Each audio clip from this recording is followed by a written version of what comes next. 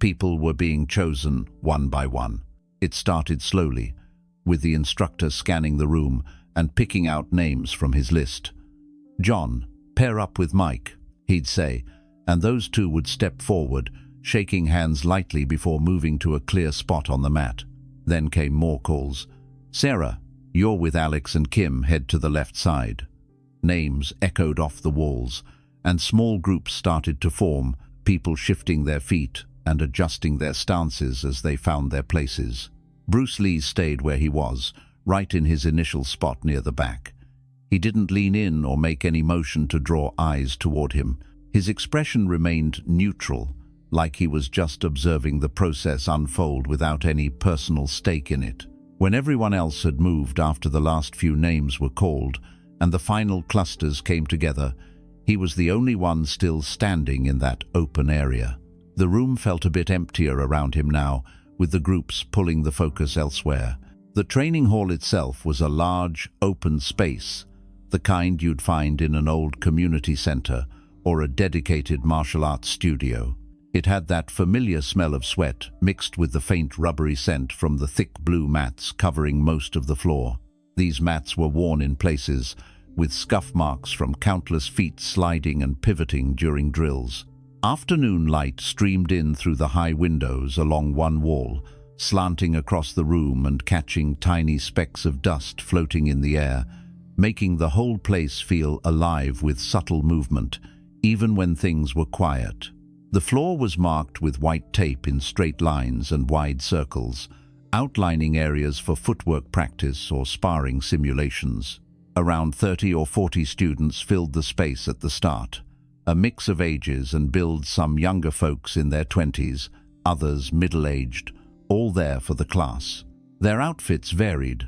A few wore loose-fitting training clothes like baggy pants and t-shirts, designed for easy movement, while others had come straight from work or errands, still in casual street shirts with sleeves rolled up to the elbows and jeans that they'd probably change out of later. The instructor stood near the front of the hall, a sturdy man in his 50s with a no-nonsense posture. He held a simple clipboard in one hand, flipping through a few pages of notes as he organized the session. With the other hand, he pointed directly at people while building the pairs or small teams for the day's drills. "You and you over there by the mirror," he'd direct, his voice clear and steady, cutting through the background hum. "Next, you three take the center line and spread out a bit." As he spoke, voices overlapped in the room. Quick hellos between new partners, a bit of chatter about the upcoming exercises. Feet shuffled across the mats, making soft thumping sounds as people nodded in agreement and walked to their assigned spots. Laughter bubbled up from one corner where a group of friends had luckily ended up together. They slapped each other's backs lightly, joking about who would lead the warm-up. The overall energy in the room pulled toward these forming groups, with conversations starting up about strategies or just small talk to break the ice. Bodies turned inward, facing their teammates, which naturally drew attention away from the edges of the room where stragglers might be. Bruce Lee remained near the back wall, his back almost touching the painted cinder blocks. He didn't step forward even once as the names kept coming. He didn't raise a hand to volunteer or shift his weight in a way that might catch the instructor's attention, like some others did when they wanted to be noticed. His arms stayed relaxed at his sides, hands open and still. He simply watched the room fill up with these new formations, his eyes following the movements without any sign of impatience or eagerness. It was as if he was content to let the selection happen around him without forcing his way into it. The groups solidified, and the space around him grew quieter, more isolated. But he held his position steadily. As the last few spots were taken, the noise in the room settled into something quieter and more focused murmurs instead of chatter, the soft rustle of feet finding their final positions. Pairs and small teams began their light warm-ups right where they stood. You could hear the steady rhythm of breathing sync up in places, arms swinging in slow shadow punches, feet sliding into quick side steps, bodies loosening up for what was coming next. Someone in the front, let out a short laugh after missing a simple foot switch, and his partner grinned back. The instructor glanced around the room one more time, saw that everyone who had been called was now in place, and turned to face the group fully. He set the clipboard on a nearby bench, cleared his throat slightly, and started explaining the first drill of the day, something about controlled entries and exits from different angles. His voice carried evenly across the mats, calm and deliberate. No one looked back toward the single figure still standing by the back wall. The room had already moved on. Bruce Lee walked a few slow steps to the side, away from the center of the open floor. He moved closer to a stack of folded grey mats leaning against the wall, thick ones used for tumbling or extra padding during harder falls. There was a small, clear patch right there, maybe 5 feet square, just enough space to work without bumping into anyone. He stopped in the middle of it and began moving on his own, nothing rushed or showy. He started with slow, deliberate stretches, first rolling his shoulders in wide circles, then reaching one arm across his chest and holding it, switching sides without hurry. After a minute, he dropped into a few controlled breaths, deep inhales through the nose, slow exhales through the mouth, while his arms traced smooth, even circles in front of him, wrists loose, fingers open. His eyes stayed low, fixed somewhere on the mat a few feet ahead, not searching the room for faces or reactions. He wasn't performing for anyone. He was just continuing his own routine, the way he always did when there was space and time. No one approached him. Not a single student peeled away from their group to ask if he wanted to join, or even to check why he was still alone. The instructor didn't glance back. The warm-ups kept going in their little clusters, some people counting reps under their breath, others trading quiet comments about form. The room carried on without leaving any obvious gap where he might fit. It was as if the selection had closed the door completely, and everyone had accepted it without a second thought. A few minutes passed like that, maybe 3 or 4. One student in a forward group, a guy in a black t-shirt with sweat already darkening the collar, finished a set of quick punches and happened to turn his head to the side while catching his breath. His eyes landed on Bruce Lee, still alone, still moving quietly through the same controlled arm circles. The student froze for half a second, mid-recovery, arms hanging loose.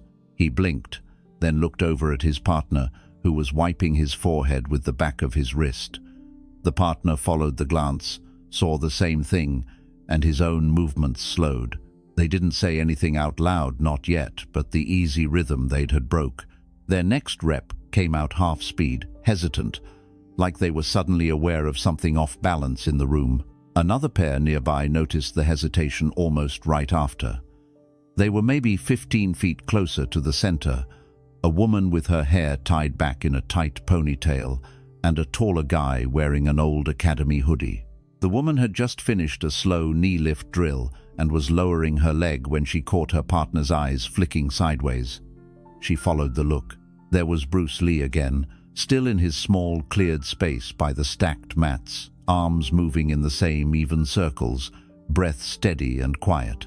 She didn't say a word at first. She just let her hands drop to her sides instead of resetting for the next rep. Her partner did the same. Their conversation, which had been a low back and forth about keeping the elbows in, simply stopped. The silence between them felt heavier than the room's background noise. The instructor called out the next instruction, something about adding a small pivot after each entry, keeping the weight on the balls of the feet. Normally, the groups would have jumped on it right away, bodies shifting, feet finding the new pattern. This time, fewer people moved. A couple of heads turned slowly, then 2 more. It wasn't dramatic or loud, just a gradual drift of attention. One student in the middle row held his stance longer than he needed to, knees bent, arms still raised, but his eyes weren't on his partner anymore. They were looking past the shoulder, toward the side wall. Another person lowered her hands completely and stepped half a step back, opening up space between her and the person she'd been working with. The drills didn't stop cold, but the momentum leaked out of them like air from a slow puncture. Movements became smaller, slower, less certain. Bruce Lee kept to his own patch of floor the entire time. He didn't lift his gaze to meet any of the glances that were starting to land on him. He didn't pause to acknowledge the change in the room. He simply continued precise repetitions of the same basic arm motion, then a shift into gentle waist turns, hips rotating smoothly while his shoulders stayed relaxed. Nothing in his posture said he was waiting for someone to notice him. Nothing said he was frustrated or trying to prove a point. He had accepted the fact that the groups formed without him, and he kept working inside the space that was left. That quiet acceptance seemed to pull the room's focus even more. A few more seconds passed. The woman in the ponytail exchanged a quick look with her partner. She tilted her head slightly toward the back wall, eyebrows raised just enough to ask without words, "You seeing this?" Her partner nodded once. They both turned their bodies a little more in that direction. The shift was small, but it rippled. The guy next to them noticed and slowed his own movement. Then the pair behind him. It was like a slow wave moving backward through the room, people finishing one rep, then not quite starting the next. Conversations dropped to whispers or stopped altogether. Someone let out a short breath, almost a quiet laugh of realization, but it died quickly. The instructor felt it too. He was mid-sentence, explaining how to keep the shoulders soft during the pivot, when he paused. Not because he lost his place.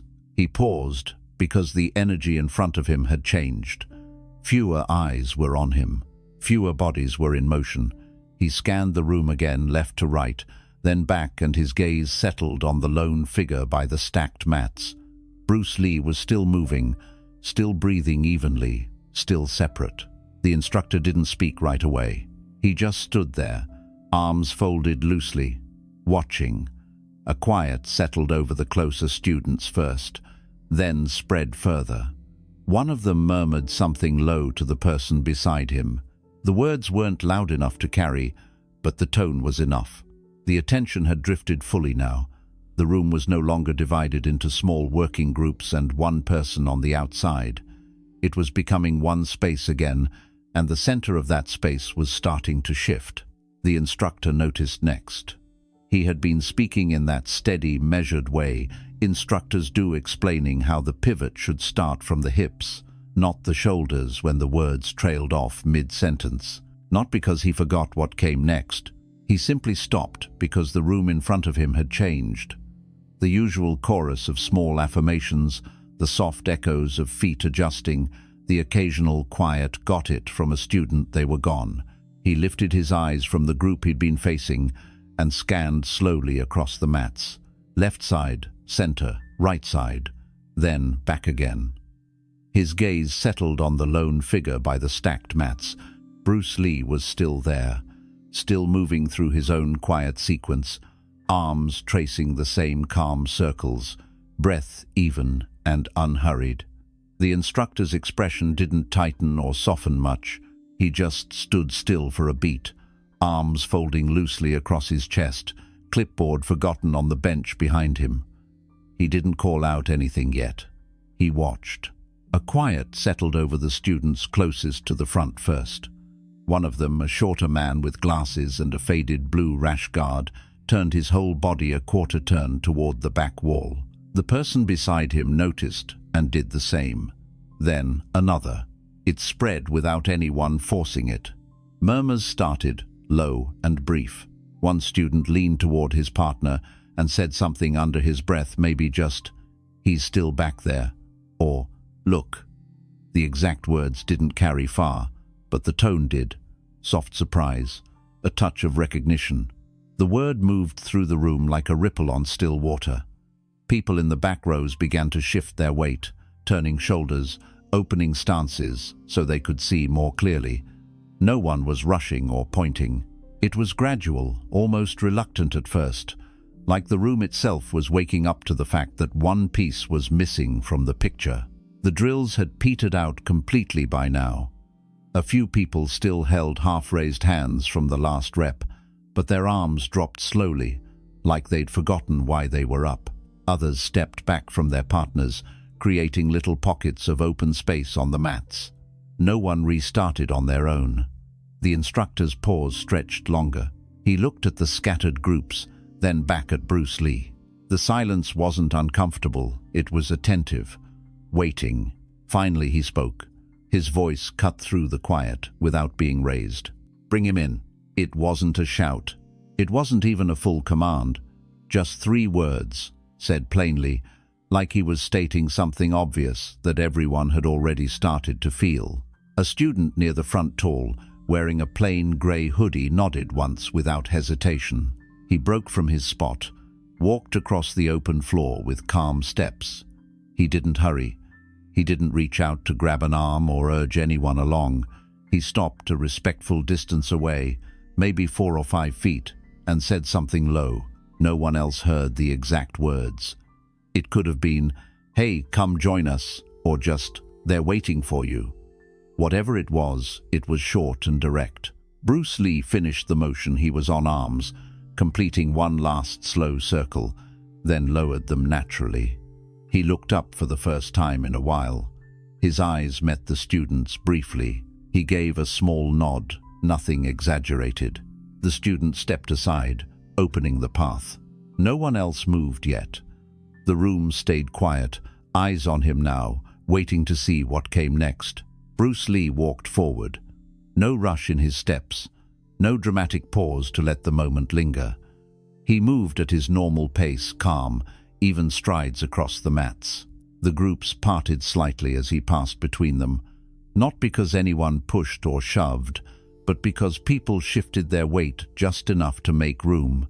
Shoulders turned, feet adjusted, eyes followed without staring. No one spoke. The only sounds were the soft creak of the mats under his feet and the faint rustle of clothing as bodies made way. He reached an open spot near the center of the main area, right where the taped lines crossed, the place that had been left empty without anyone planning it. He stopped there, arms relaxed at his sides again. He didn't look around for approval or wait for a cue. He simply stood, ready, facing the same direction as the rest of the room. The instructor looked at him for a long second, then let his eyes sweep across everyone else. Heads were already turned inward now. The scattered clusters had closed up naturally, partners stepping closer, small teams realigning so the whole space felt connected again. No one was still holding old positions from the earlier drills. The attention had settled fully on this one point. Only then did the instructor nod once small, almost imperceptible, and pick up where he had left off. "All right," he said, voice steady as before. "From the top, add the pivot we talked about. Start slow." Feet began to move. Hands rose into guard positions. Breathing evened out across the room. The rhythm came back, but it felt different now, smoother, more unified. The earlier hesitation was gone. No one glanced sideways anymore. Everyone was present in the same moment, working the same pattern. Bruce Lee joined in quietly. He mirrored the movement the instructor demonstrated, hips turning first, shoulders following, weight shifting to the ball of the front foot. His form was clean, precise, but he didn't draw extra attention to it. He was just part of the group now, moving with the same controlled pace as the people around him. The session continued like that. Drills flowed one into the next. Corrections were called out. Quiet words of encouragement passed between partners. Sweat started to show on shirts again. The afternoon light kept slanting through the high windows, dust still drifting in the beams. Nothing felt forced or theatrical. The room simply kept going, and it only did so after he had stepped into place. He wasn't chosen first. He wasn't chosen at all. But nothing in the room moved forward until he did.